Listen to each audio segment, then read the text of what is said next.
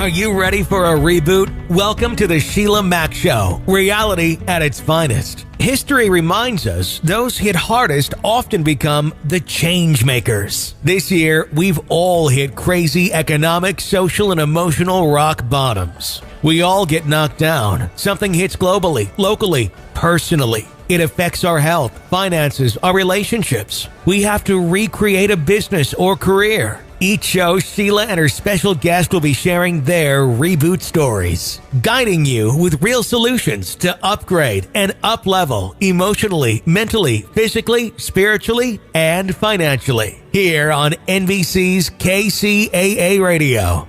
If you're ready to pull yourself up by the bootstraps and bra straps, enjoy a listen. Here's Sheila. Welcome to the Sheila Mac Show, reality at its finest. Here we have real people sharing real stories and actionable steps to help you reinvent, rebuild, and reboot your business and personal life on your terms. I'm your host, Sheila Mac, and we have some special things going on today. So the first part of the show, introduce again my collaboration with John C. Morley.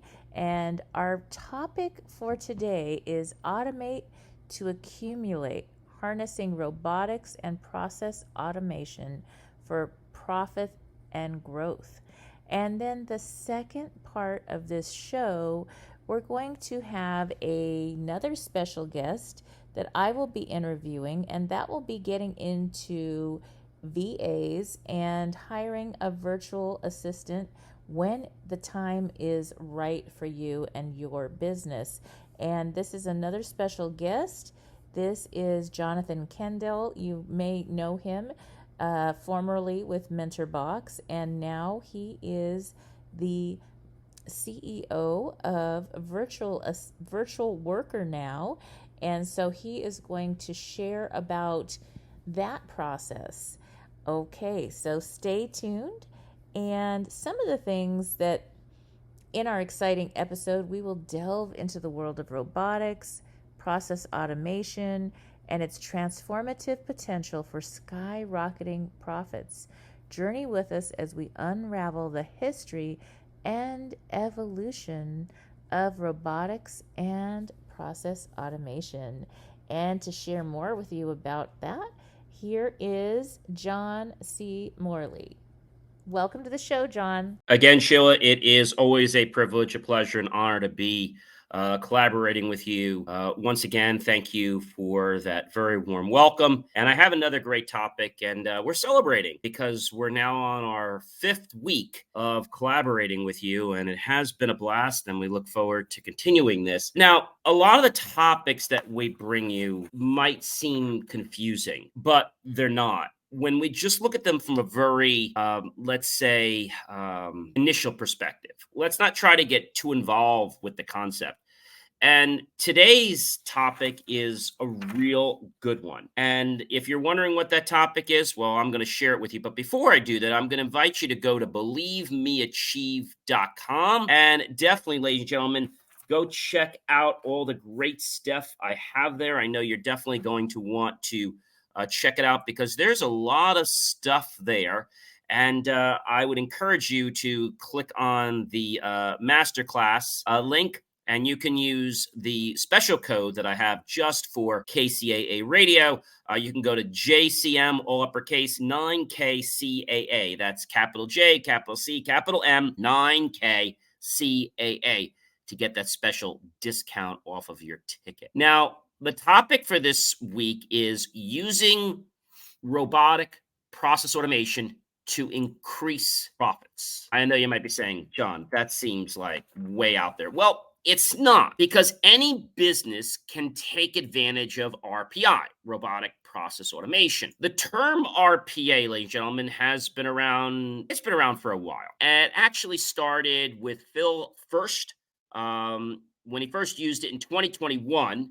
Who is the founder and lead analyst of HFS Research. This new technology that started emerging in 2021 continued to develop through the years until about 2018, when it really took off and started to grow as companies were beginning to adopt a digital transformation and an RPA platform mindset. And also, RPA had started to reveal more of its capabilities and how it could help businesses. So again, RPA just stands for robotic process automation. And so let's talk about why RPA, robotic process automation. What is that? It's using robots.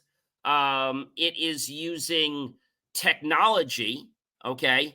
And what is RPA in simple? So what is RPA? Is it only robots? Well, robotic process automation is when we're able to use systems, okay, it doesn't have to be a robot, to take a lot of these manual tasks. For example, let's say that you were applying for a job and you were hired, and now they want you to go through this new hire paperwork. And usually there's paperwork for your, your form that has to be filled out for your W-2 information. There is information has to be entered for the handbook. There's information that has to be entered for policies and procedures. There's information for different types of equipment that you might be getting loaned and be responsible for if you don't return. So there's lots of different things that could be laptops, could be access control cards, a variety of different company assets. Now, normally this process of doing this, it's gruesome, because even though the companies are automated, they have you go online and you fill out the first form, then you fill out the second form, then you fill out the third form, then you fill out the fourth form, then you fill out the fifth form, then you fill out the sixth form, and then there's yet another form, there's a seventh form. So you might be saying to me, John, like, what gives? Well, these companies are having you fill it out, but they are not using RPA or robotic process automation. So robotic process automation is not just robots. It could be a software bot that's in a program that can carry out specific actions. It could be complex tasks. It could be simple tasks. So when a company is gathering that information, obviously securely, through an HTTPS secure website. Remember, you should never enter any personal information, that's personal health information or just PI, personal information, on any website that doesn't have the solid locker key, which is with the HTTPS. If you have a question, obviously you can ask someone, but always be vigilant about this before you just go willy-nilly and enter your information, especially if you're on a site like, oh, we can get this for you really cheap, and then you fill everything out, and before you know it, your identity just got hacked. So that's a step that you can use. That's another little bonus I want to share with you. A software bot will allow the system to take the information that you entered, like your name, your phone number, your address, okay, maybe even your social security number, again, all securely, and transport that to the different documents in the system, but asking you to enter it once. Now, you might say to me, John, well, do I just sign one document? Well, a lot of companies are not at that point yet where they have everything all, let's say, put together. So what they'll do is they'll have you fill the information out. Then they'll have you review the documents to make sure they're okay, and you can sign each one, okay? Or you can read each one and then just click sign at the end to sign all of them. That's up to the company how they want to handle that. And there's more elaborate versions of software bots that can simulate or interact with humans, as we know, such as virtual assistants, Alexa from Amazon, Cortana from Microsoft, Siri from Apple. And so RPA, robotic process automation, allows us to handle a variety of tasks, oftentimes manual and repetitive. And sometimes when there's so many repetitive manual tasks, very easy to forget something. And so this is a way of making sure the information is captured correctly the first time, and then it's automatically processed for the different forms, and those are stored digitally. This is great for high volume tasks. Again, it mitigates errors because we get the information only once, and therefore we don't run the risk of someone entering the information wrong. And then now we have that potential that we could have skewed data, and nobody wants skewed data, right? So that can be a big problem. As I talked to you about multiple system tasks, access to different applications such as web apps, third-party software, payroll software, all this can be integrated in. And back around, I think it was 2021, the revenue spend for RPA was just slightly below $2 billion, $1.89 billion. Now, you might be asking me, what is the estimated, because we only know the estimated spend for 2023 for RPA. And it's going to be higher. I can tell you that right now. And this is going to come right from a leader in the source, and you guys know who the source is, Gartner. Gartner says that worldwide RPA software spending was to reach $2.9 billion in 2022, which it did. If we look at the numbers here from Gartner, end user spending was at $2,389 in 2021. The growth was 30.9% from the last time. In 2022, it was $2,854 end user spending, and the growth was 19.5%. And in 2023, $3,352, and the growth was 17.5%. So this tells us that RPA is definitely on the rise. And Gartner keeps saying that it is going to continue to be a multi-billion-dollar industry. Why? Because RPA is going to do a couple things. But first, before we can get into that, let's ask the question, why RPA? Why? Well, one reason is costs, right? That could be, anything from supply costs to even labor costs. And there could be other things too, right? There could be, we talked about waste costs. We talked about, being more efficient. We talked about, having the same amount of labor to produce something or very little labor, okay?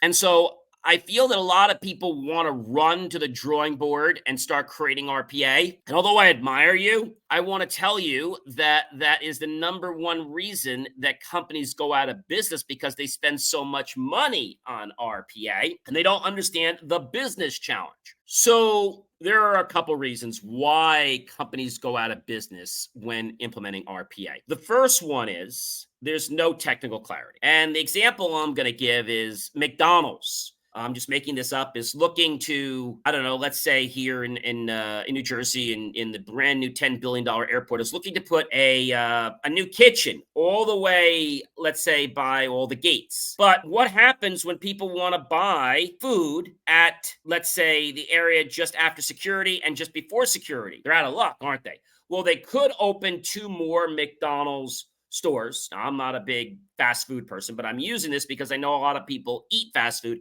and they can relate to this concept. So they have the one McDonald's store, let's say, open. They spent a lot of money on it. And so they know that there's time, there's effort, there's money, there's engineering that has to all go into getting that one place to be efficient, and maybe even use RPA technology and robots to manage how the food is getting disseminated. I didn't say how the orders are coming in, because we don't want to use RPA when there's a human element. I think that's the big mistake that a lot of companies are using. McDonald's tried this, other places tried this. They said, well, gee, let's let the computer take the order. Now, there's a time and place for that. But when you're going there, you want to have that human interaction. I don't want to go to a screen and place my order. I want to talk with someone. I want to interact with them, right? So they can understand my order and make sure that it gets entered properly and that I get the appropriate, correct food. So we've got these 2 other little, call them satellite McDonald's that we want to open up in the mall. One of them's just before security. One of them's just after security. Now, there's about, I'm going to say, a 10-minute walk between each one. So if somebody wanted to walk from the first one to the next one, be 10, all the way to the next one, almost 20, 25 minutes. Not to mention, you have to get the security, and then 10 minutes, and then another 10 minutes, so that could be an easily 45 minutes. So one of the things is to implement these other 2, but in order to do this, you probably say, well, gee, we'll just throw in, 2 extra McDonald's, but that would be very costly. So what we could do is do some case studies to see, how have other people done it, if anybody else has done it, or what are the costs to implement RPA in these other places, or to just implement a standard let's say, kitchen in these others. That's going to be very expensive, not to mention more permits. If you're using non-robotic workforce, you're going to need labor to be able to cook the food, right? And of course, there's other fees like different types of regulations from other health permits and things that can get more stringent as we go on the line. So that's not a great way. But a good thing would be, okay, I got an idea.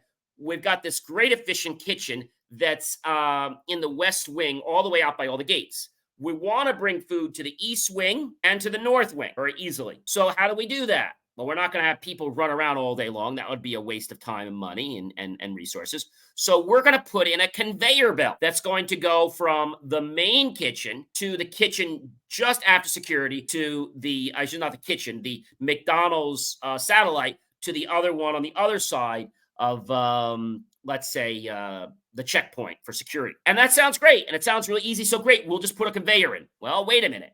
There's more to it than that. When we put it in, are we going to put the conveyor up, down? Well, to make it easy and based on the volume we have, we're going to keep it straight. And we're just going to put little separators and just drop the bags right between those separators very easily and quickly. Or the robot arm could do that, and then it'll get moved to the next stop. Now, anyone, let's say, that is going into perhaps the blue chute. Well, the blue chute could actually go all the way to the front. All right.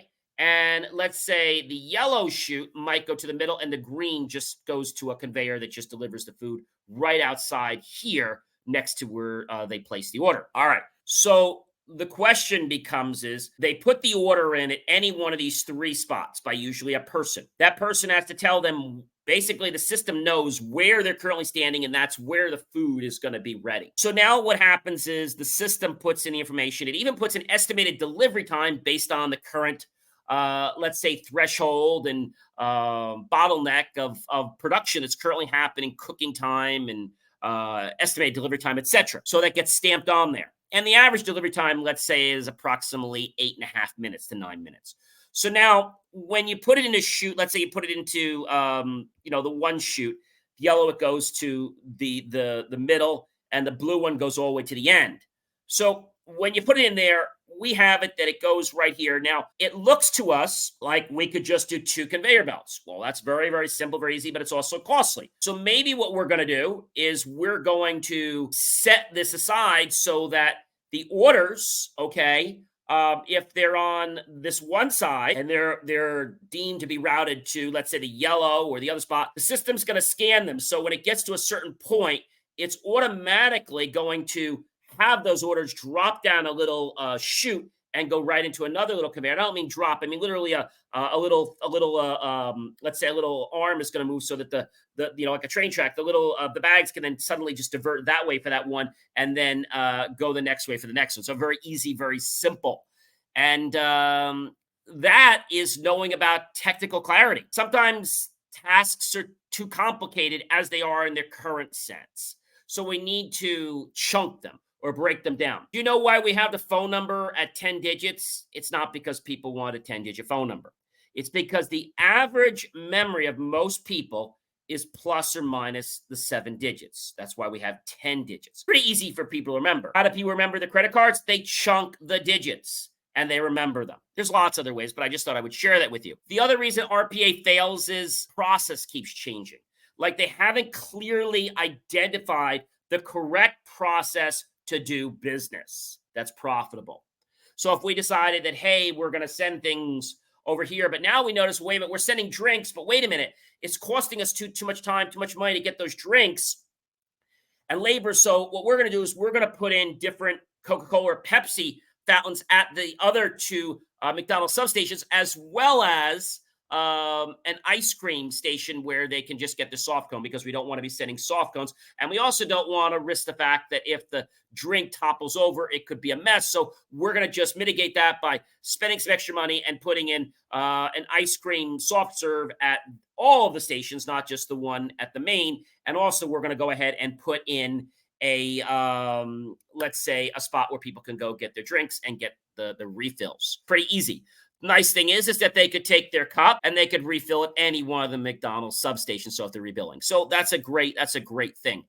No commitment from the owners or the team. That's a problem. You can't just say, hey, let's just do this, but not be on board with technology and not say, hey, I'm out.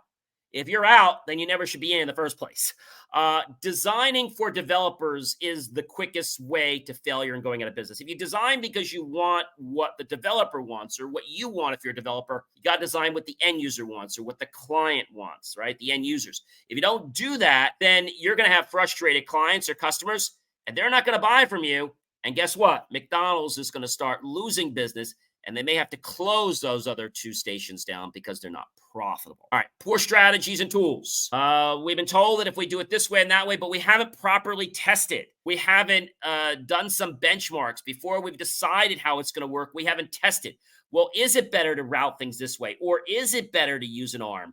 Or is it better to just put in 2 chutes? I mean, what's the cost difference? We have to look at all these things, but we have to have technical specifications that will be in alignment with our challenge. So we have to really storyboard how we're going to handle this. Okay. I think that's really important. So I want to share with you guys to go out to believemeachieve.com because we recently interviewed a restaurant that just does takeout and has robots that make pizza. Now, that's robotic process automation. They're not actually robots that are there, but we say robots, but they're systems. So what happens is they still make the dough by hand and they still let it proof for so many hours or time frame. And once that happens, then they take the dough for the mixer and then they put it to another machine and then they manually flatten it out.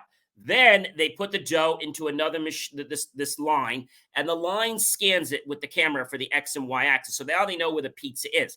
And now the next unit actually puts, let's say, the sauce, the toppings, etc. Even cuts the, let's say, the pepperoni if it's live there and they're making a pepperoni pizza. And generally, one thing I like that this restaurant did is they kept it simple. They kept the price low and they just made it their premise to make affordable, reliable, consistent pizzas and keeping a very small menu of maybe less than 10 pizzas that were probably $10 to $15. And they could do them consistently.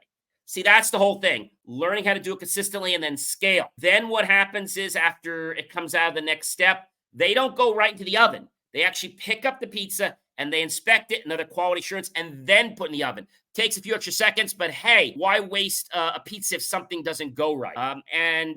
You might say, John, how much time does it take? Well, it takes about 10 minutes to set up every day and 20 minutes to break down because there is a breakdown process. So what's involved? What's the cost of RPA?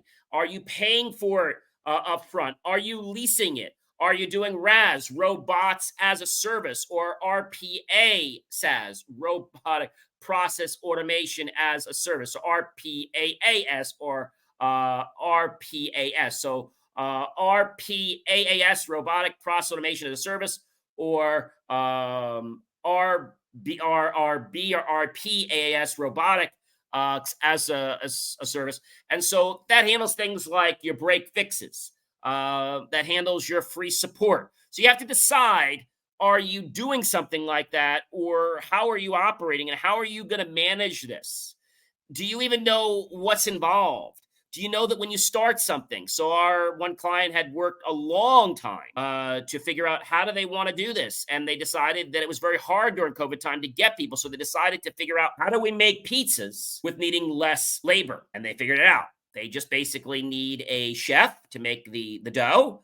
And they might need somebody at the register to maybe take the orders or the phone. And that same chef can also double up as the person that's taking the pizza from once it's been, let's say, pre-made and then checking it and then putting it into the oven. Pretty cool, right? But this is something, so you have to first know how to make pizza. So these people were already in the pizza industry and they decided that they wanted to scale and make a high quality pizza at an affordable price with a lower amount of waste, but be consistent on the amount of waste every single time. That is amazing. So we shot a few reels. You can check that out at believemeachieve.com. Check out genuine food reviews. One of our titles was, Where Did Pizza HQ Get Its Name? And you got to listen to the story. So there's short little reels. Also, I believe either today or we might have already released it, we'll be releasing the video of about a 20, 25-minute interview of us interviewing, Orville Media interviewing the one of the store, restaurant, I should say, owners. And they're already working on setting up another facility somewhere else in New Jersey. So once you've got something that works, then you can scale it. But you have to first know how to do it manually, okay? And you have to make sure it's working like a recipe, right? And then once you have that recipe, then you can move on and say, well, gee, how do we automate that process? Where do we go from here to get that process automated? Does that make sense? All right. The important thing about robotic process automation is you've got to understand, first of all, how it's going to work. How do the machines go together? How do they get set up in the morning? How do they get clean? Because remember, when you're using robotic process automation and you're using robots or robotic systems and you're in the food industry, you've got to make sure that that stuff is spick and span, like clean, because you're working with food and you've got safety issues to deal with. You got to make sure that it gets broken down, it gets cleaned. And these are things that we don't think about when we visit a restaurant. But I know because I've been in the industry for a long time. I worked when I was in high school at some of the food places. And then I moved up the ladder to work for some fancier restaurants. Then I worked into, let's say, more the banquet industry. And after I did that for a while, then I became black tie, which is what they call it, with tuxedo. And then I moved into becoming a banquet captain. And I got to tell you, there's a lot of work that goes in. If you're in a restaurant or in a banquet place, especially in a restaurant, you got to clean everything down. Like those soda fountains, you've got to take them apart every night or every day or two. You've got to make sure you do these things, or this can be a huge, huge problem. So I would invite you to definitely check out the new reels, and you can find those really easily, ladies and gentlemen. Just go to Believe, BELIEVE, achieve.com. And when you go to that link tree, you're going to scroll down 1, 2, 3. The fourth one, Genuine Food Reviews channel. You'll see there's only a few things up there right now, and then you'll see playlists, and you'll see YouTube Shorts.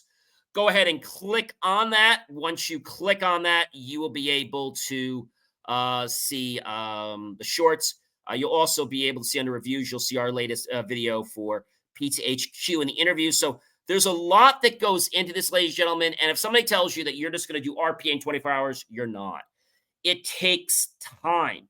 You got to figure out how do you solve the problem manually. And then once you figure out how to solve it manually, then you got to figure out how do you automate? What do you automate? What should you not automate? We talked about why businesses fail, and it's no surprise. It's because of, again, we said no technical clarity, complex mind problems are not broken down into smaller tasks. I mean, that is a huge one. The process keeps changing. It means that management or the team doesn't know how to do it. So if you don't know how to make a pizza, well, first figure out how to make a pizza right. Then we can figure out how to have machines make the pizza. Because even though the formula might be a little different in the machines because how it gets applied or the process, still got to know how to make it by hand. Then you got to do some R&D and figure out how do you make the formula work in machines, because sometimes it can be slightly different. And you have to make sure that you and the owners and the stakeholders, I'm going to say, are invested. If they're not, you're just going to dump money down and people are going to be very upset and you're going to be out of business. Make sure you're able to scale. That's very important. Think about that. Design for your end user, for your clients. Don't design for things that you want to see, even though it looks pretty and it looks nice. It's really important. So Orbital Media, my ask for today is if you have a business in New Jersey, we'll be happy to travel to you. We do all types of social media, but we do reels and we also can do your story. So if you're looking for that, you can reach out by going to orbitalmediahub.com, clicking on the contact us button. Also, we have an offer that I want to share with you. How would you like a professional team to create social media, high quality posts every day for 5 days on one social media channel? It's just $1.99 plus tax. Now, of course, that's not what it normally costs, but we want you to try it and see if you like it. Normally, something like that's about $100 and some dollars. And then we have plans that go up depending on whether you want to do 7 posts a day. But I'll tell you something. None of my content, I think alone our company posts 7 pieces of content a day on 7 media channels. None of our content gets blocked. You know why? We don't sell. We educate. So my ask is, if you want to tell a story and you have a business, preferably a restaurant, let our team come out to your facility. Let us do some reels. Let us get a tour of how you do things. And if there's something you don't want to share with the public, we're perfectly fine about that. We'll make sure that that does not get in the video and that doesn't get shared. Just like with our current client, we asked up front, what do you not want us to talk about? And they were telling us things. I said, well, we probably shouldn't mention that on camera. That's something we shouldn't be sharing. And so our goal is to make sure we get you business, but we get you noticed.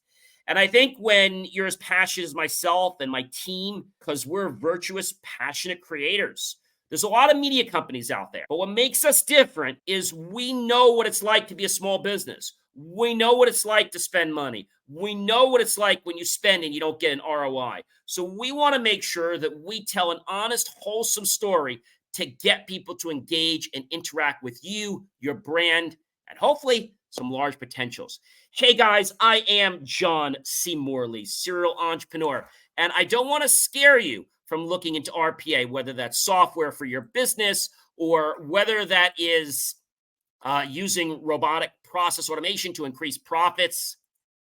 It can be done, but I don't want you to think that you can do it overnight. Well, Sheila, this has been an amazing show that I've enjoyed talking about. Definitely check out believemeachieve.com for all my amazing asks, and definitely reach out to me at believemeachieve.com or visit orbitalmediahub.com.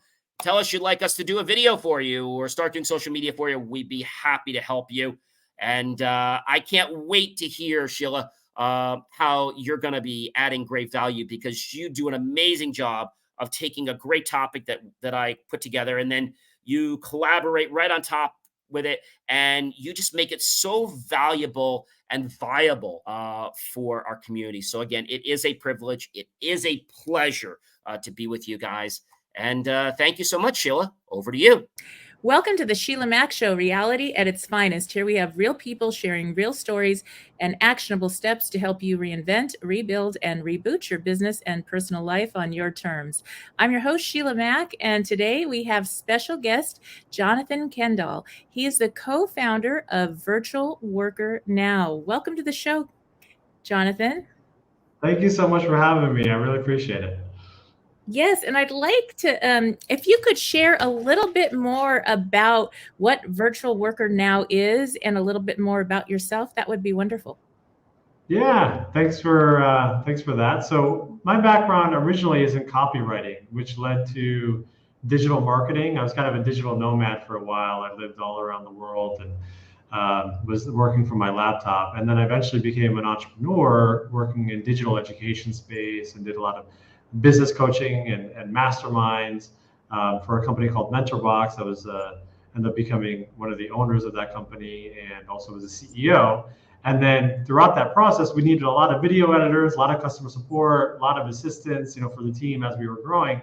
And so my now business partner, he's Canadian but also Egyptian, and he said, "Oh, I can find you video editors." And he had a big social media following in Egypt, and he said, "We can probably find someone that's just as good and probably more cost effective for your company." And so we started hiring video editors, customer support agents, virtual assistants, through him. And eventually I kept on giving him so many referrals that he said, "Why don't you come on as my partner? Because this is getting kind of crazy. We're growing too fast." And, that was about 4.5 years ago. And we're at a little over 400 employees now. And, we've kind of hit a sweet spot in the market. And basically what we do is we provide virtual assistants, but virtual assistants is such a catch-all term. So we have different departments. So we do video editing, graphic design, copywriting, executive assistants for, busy CEOs and executives. We do cold calling, like, setters for real estate companies and that sort of thing. So we have different departments, and basically we find, really highly talented people that just live abroad and can help you with your company. Oh, that's wonderful. And that's always something that I need for sure. So we'll have to talk after the show about that. So, and then I'd like to ask you to share about a time in your business or personal life where you experienced a tough situation and how you got back on track. Yeah. So I had a couple big things happen all at the same time about 1.5 years ago. It was really interesting. So I was actually working for the parent company of MentorBox, and we raised a bunch of money and we bought a bunch of companies, and I added that skill set, which was incredible. The one company that I was a part of ended up becoming just one of 10 companies that the parent company owned. And it was a great opportunity because I learned how to raise a lot of money and manage an even bigger team and be more of an executive role. But in the negotiation process of my contract, for the next year, that's what really sparked me to become my own entrepreneur, not just a partner in the business, because we couldn't come to an agreement. And I said, "Okay, I think I'm worth this." And they said, "Not so much." And I said, "Okay, well, I'm going to do it on my own." And so I really went just jumped off the cliff. And I said, okay, so I have these two businesses, one that raises money and one virtual worker now. And we had with virtual worker now this one client that was at the time like 70% of our business. So they had over 100 people with us. So we basically were their entire company. We were like, they had executives and us, and we were their main payroll. And then for my other company, things were going well, but then the economy crashed and it was very difficult to raise money all of a sudden. There was not all this frothy money in the market. And at the same time, I had I'll keep it private, but a problem with a business partner, something happened with there. And so I shut down one of them, and simultaneously that company that had 100 people with us went out of business because they had it was an e-commerce basically conglomerate, and they had a really bad Christmas season. And one bad Christmas season, and they forecasted they need to raise some money to kind of keep going, and they couldn't go. So I shut down the one company, and then the other company that was like going to be my saving grace lost 100 of our staff, like 70% of our staff, like in one swoop. And so it was very, very difficult. And I made a change in my mindset. It's so funny that this always happens, right? It's like your mindset is the first thing that changes. And I had this idea that I was going to scale these companies and sell them, right? And maybe I still will do that, but I shifted to this idea of an infinite game, right? Like the goal, Alex Hormozi says, the goal of business is to stay in business. And I think that if you deconstruct a lot of the wealthiest, families or wealthy people, they kind of stick to one thing for a really, really long time, and they become such experts and so well networked in that industry or in that position that over time it's like, wow, this is amazing. Like when I travel the world, I think of some of these companies that I see everywhere. And I think, wow, like I can't believe they're everywhere. And then you look back and it's like founded in 1875. You're like, okay, well, they had quite a long time to get there. And this company is like 4 years old. It's like, hey, we're going to be fine. And so I switched my mindset to infinite game, and we started saying yes to basically everything, which was, we kind of needed revenue right away. And so we said, hey, what other products can we offer? What other services can we offer? And in hindsight, we've actually kind of pulled back. And I don't think that strategically is the best decision for companies, just to like add products and add services. But the Pareto principle is strong, the 80-20 rule. And so we had the clients that we had, they were willing to expand with us if we could offer different things. And we said, hey, we'll just expand with them. And I'm really proud of this. We were able to keep 70 of the 100 people because we didn't have to fire them. We found them other clients within the first couple of months. Nice. And we kept them on payroll until we found someone. So we didn't even have revenue for them, but we just kept them on payroll because we were dedicated to them. And so it was quite a journey. But I guess a summary of is okay. Something bad happens, like this too shall pass. It's going to be okay. Think long term. And, how else can I serve the people that are still with me and kind of get through to the next step? And then since then, like we've just, been like a rocket ship growing. But, I really think that was end up being like a good thing in the company, to be honest. Wow, that is quite a situation. And thank you so much. It was beautiful that you were able to keep those people on as well, because that's a tough thing to do. Whenever you are running a business, you're paying for people's livelihood. So that is a big thing, and something that always was hard for me. I think that's why I really like the opportunity to have some virtual help versus complete payroll where it's all my responsibility as an entrepreneur, or if you're just starting out or building and growing, then you can adjust as needed over time and grow, but you're not the one solely responsible for that person. And so that takes a lot of pressure off, and you can just play the game of whatever you do best instead of worrying about all that other stuff that, like for me, there's only so much you can do, and there's things that I don't do very well. And I am really happy to hand over my books to the CPA every year. I'm like, here, take the numbers, have fun. It's not my thing. And yes, I could do it, but it would take me 20 times longer than it takes her. So Yeah. That is definitely a situation that makes it easier. So what would you advise people right now in this interesting time with the inflation and everything happening as we're trying to stay in business, grow our businesses? What would you advise for getting started with hiring virtual help?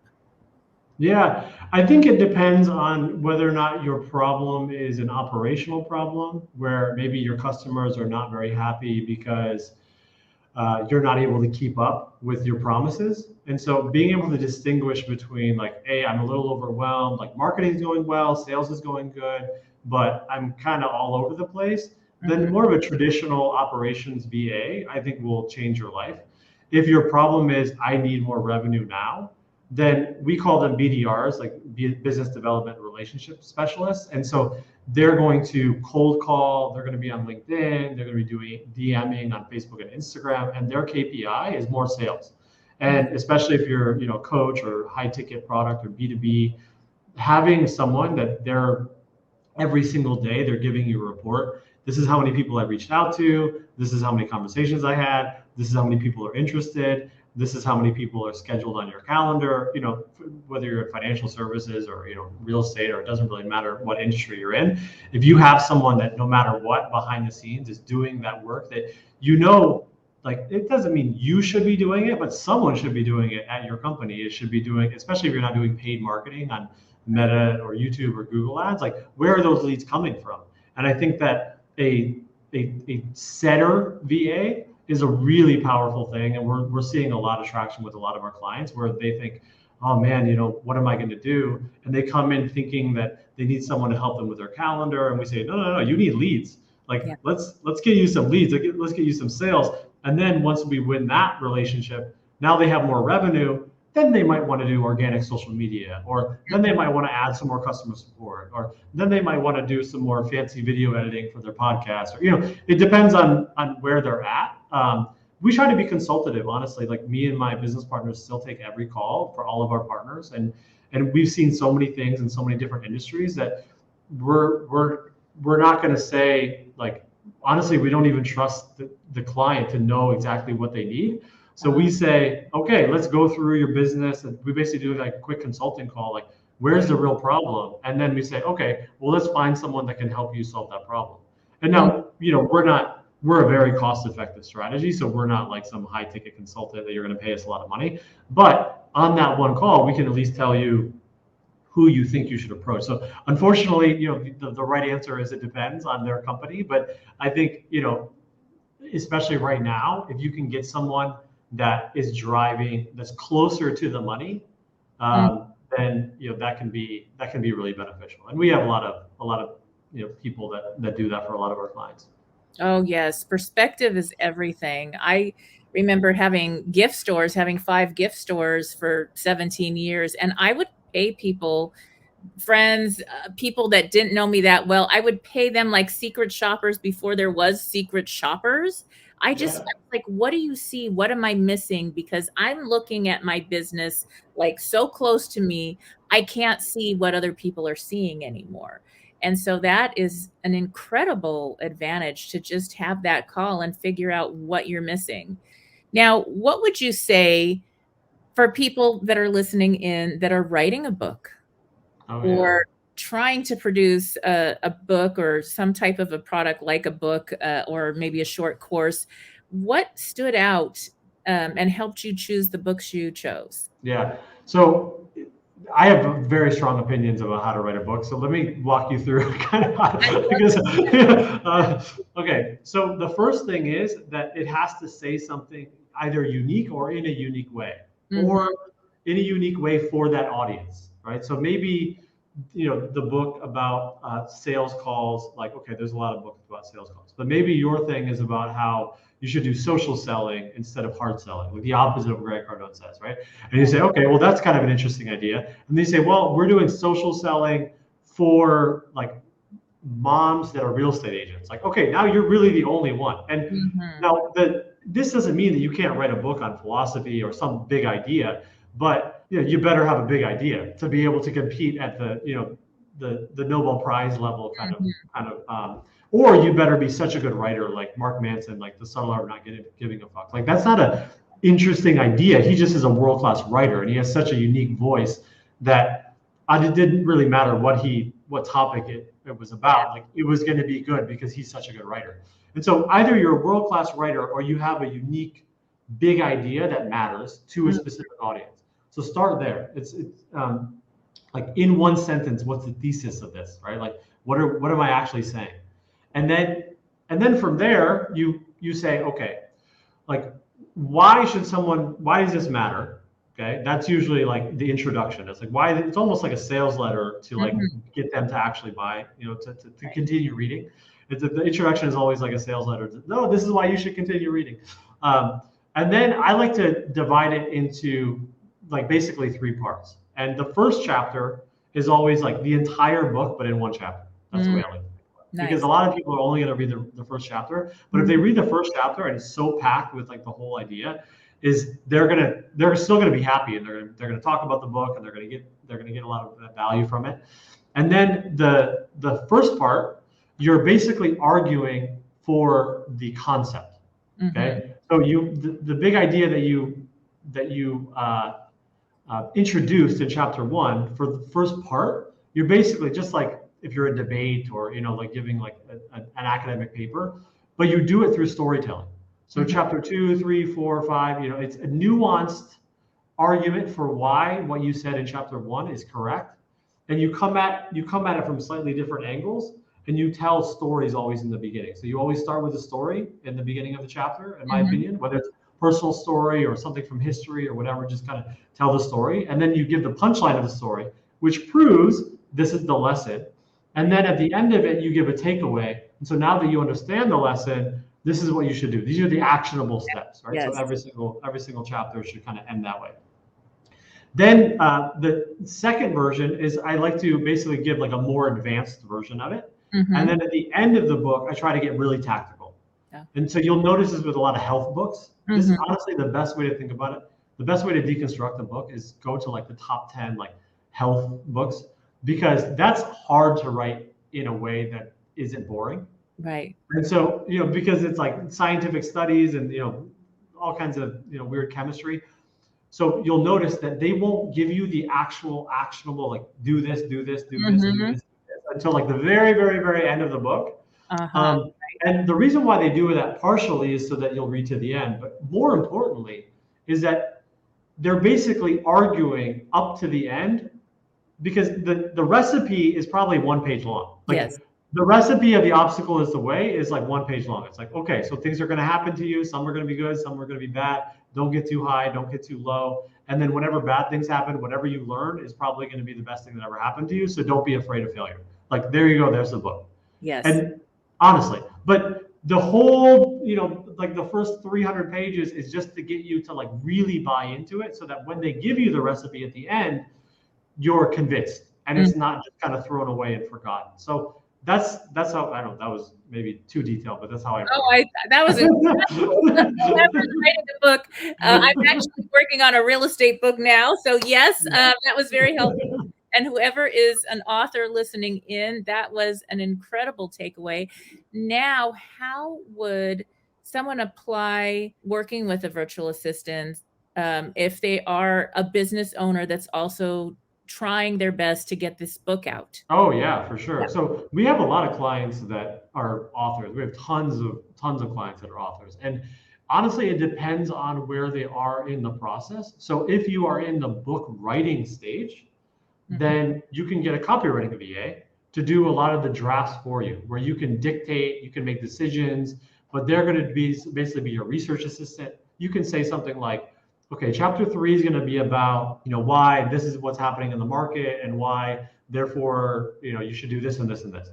And then you can tell them, find 5 examples from history that prove this point, find 5 things that's happened in the last year in the news that proves this point, and find 5 academic studies that are interesting and prove this point. Okay, so then they say, okay, great. So then they give you, 15 basically stories and interesting anecdotes that'll spice up the writing. And then you say, okay, and you always tell them to like make them in order. This is one thing. Like, you don't let them just be like, here's a bunch of stuff on the Right. wall. Like, make them make a decision. Like, if you were in charge, what would be the story? Well, that's number one, would be this one. Number two would be this one. Number three, I think you might disagree with them and you say, actually, I like number four because of this and this reason. But nonetheless, you have to encourage them to make decisions. In fact, demand them to make decisions so that you're not have to read everything. Right. Then from there, now you can say, write a draft, right? Literally, you could have your research assistant be a copywriter, and especially with ChatGPT and like different things, you can like kind of get the first draft moved along really, really fast. And then after the book is actually done, then you could hire, let's say, a designer for 1 month, right? And you say, okay, I'm going to hire a designer for 1 month, and they're going to make all of the assets. I'm going to rebrand everything on my social media. Right. I need the book cover. I need, all of the graphical things that you're kind of struggling with on Canva or PowerPoint. You just hire a designer for like 1 month to help you there. And then what I would do, if you already have a website, then do a website. But then I would have a VA or someone from us, like, we can make your landing page. So now you have a landing page and you say, okay, now there's a way to buy the book. And in my experience, like, a book is only as good as is a lead magnet. Yes. And so, don't think of the book as like the end all be all. Like, the Pareto principle is so extreme in the book publishing industry. It's like 99% of the sales come from 20 authors, like, every single year. So you thinking that you're going to be like, some Pulitzer Prize winning thing. It's like maybe your third or fourth or fifth or sixth or seventh book, but like, in the beginning, you want to make some money off of it and you want to feel good. And so what I would do is I would create a funnel where the book is just the first step. And then maybe they book a call with you, or they go to your coaching, or they go to your mastermind, or a lot of people are going to want more one-on-one help. Or even if you're fiction, like, you could say for an extra, $99 a month, you get, a weekly call where we discuss the book and the idea and the characters. And, so you can always, even in fiction, you can always add an upsell. So I would create a funnel. And then I would make the launch date like at least 3 to 6 months in advance once everything's done. Right. Like, minimum. And then I would hire basically a social media like team, and they would, just push and push and push and get buzz and pre-orders and, just do proper marketing on social media. So that's how I would approach it. I would do like a copywriter for the first, until the book is done, a designer probably for 1 month. Then I would, if I can build my funnel, I would do it myself, but you could hire like a team to do that, and then hire a social media team for like 6 months. And so, like, this is the type of thing that we do for clients. And this is why having an outsourced like staffing agency rather than a marketing agency is a little bit better, because we do, for example, month to month. Whereas if you talk to a marketing agency, they're going to make you sign a 6-month contract, and they're going to only do Facebook ads. And they're going to say, well, no, we're not going to help you with your book. Whereas if you have a staffing agency that has a copywriting department and a social media department and a web development department, and like, if you have all these different departments, then under one roof, you can kind of get everything you need and not have to pay for anything that you don't.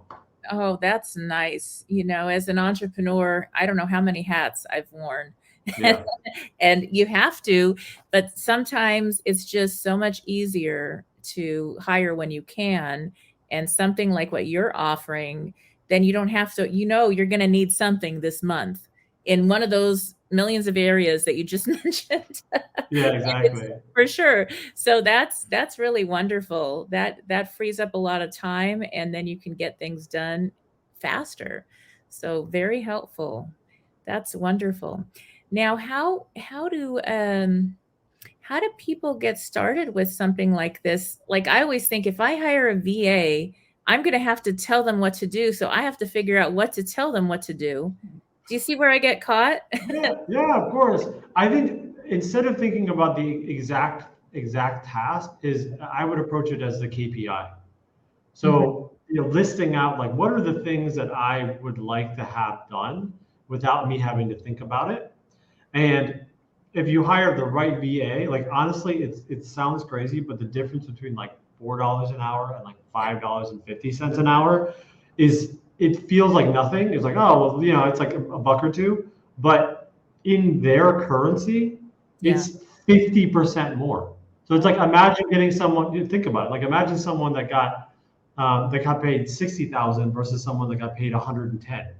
Like, you would expect a different energy from them, right? Right. So if you pay a little bit more, it's not crazy. It's not like you're paying like even minimum wage, in the US. It's still less than minimum wage. But if you pay a little bit more, like a lot of our VAs have literally master's degrees. Like, Wow.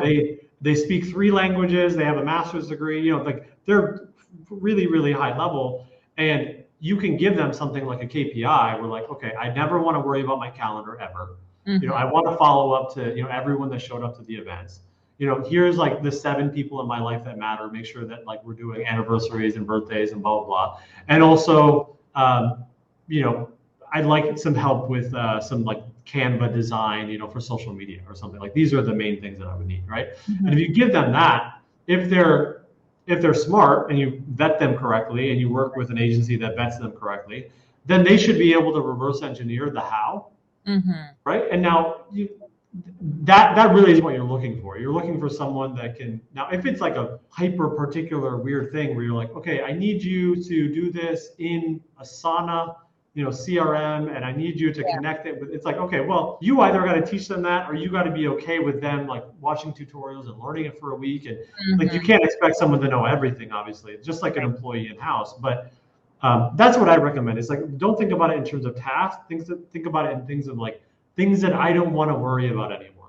Back to first principles, like you really just need someone that's smart and ambitious, that likes learning, that's bought into your culture, because whatever they did 2 years ago is probably irrelevant nowadays anyways, So it's like, so you just want, like Naval Ravikant says this, he says, you should hire for integrity, number 1, energy, which is basically like ambition, and he calls it intelligence, but just like someone that can learn quickly, so that they can stay on the cutting edge.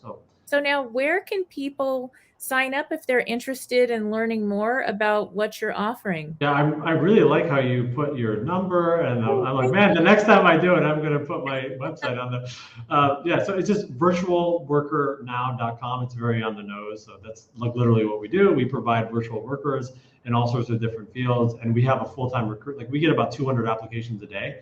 So we're vetting, we have a full HR department, full recruiting process. So, you usually talk to me or one of my business partners. We're still heavily involved with our partnerships because the lifetime value of those relationships are so high. And because of that consultative aspect of the first call, like we want to make sure that we're providing we don't like say, oh, you should get this and this and this and this and sign up, for a year-long contract in advance. Like we do the opposite of that. We're like, start with one person. Nice. And, it's a month to month. Like we just want to build this long relationship and, build positive relationships and testimonials and case studies and referrals. And that's our whole model. We don't do any paid marketing. So we've grown to where we are because people refer their friends, and, we're really proud of that. Anyways, virtualworkernow.com. You can schedule a call. It'll be probably with me or one of my business partners. And we can just chat about what you're up to, and if it's a good fit, what we do is we'll do a quick job description of what we think would be good, and then we look at our database of all of the people that are already vetted through our system and have already had interviews, and we say, hey, we think that these 2 or 3 people would be great, and it's full time, so we're going to send you their resumes. We're going to send you we usually send you a voice note. Basically, they introduce themselves to you. They say like, hi, I'm Jonathan. Sheila, would love to work with you. Would love to have a call, and so you can kind of just hear them introducing themselves. And then if you want to interview any of them, we'll set up an interview. Just like we basically do all the recruiting for free. You don't have to pay anything. And then if you decide I don't like anyone, then we'll find more people. And if you still don't like people, it's fine. No big deal. We tried. And if you like someone, then then we start. Well, thank you again, Jonathan. It was great to have you as a guest on the show. And for those tuning in, we'll be back. And if you are just tuning in, I would like to share about Jonathan's special program for virtual workers. And you just need to go to virtualworkernow.com. That's virtualworkernow.com to schedule and get started today. Tune in again right here on KCAA, the station that leaves no listener behind.